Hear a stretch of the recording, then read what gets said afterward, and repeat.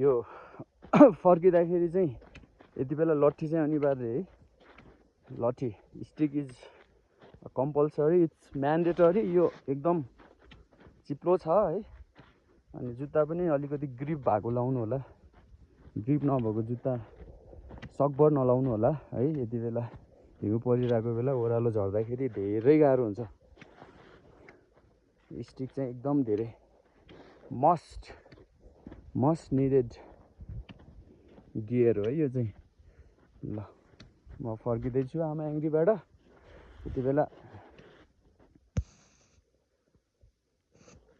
कति ओ मागो दिनको 8 बज्न थाल्यो लगभग है।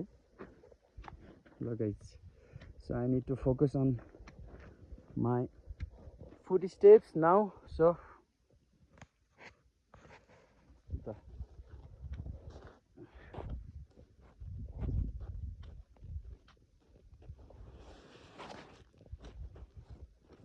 अलिकति मेरो जुत्तामा ग्रिप पनि सकिसकेछ क्या। यो अलिकति पुरानो भइसक्यो, त्यो कारणले मलाई चाहिँ गाह्रो है।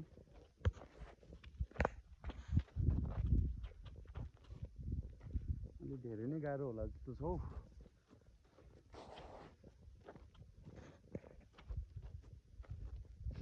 तर ठिक छ, बिस्तारै बिस्तारै जान्छु है।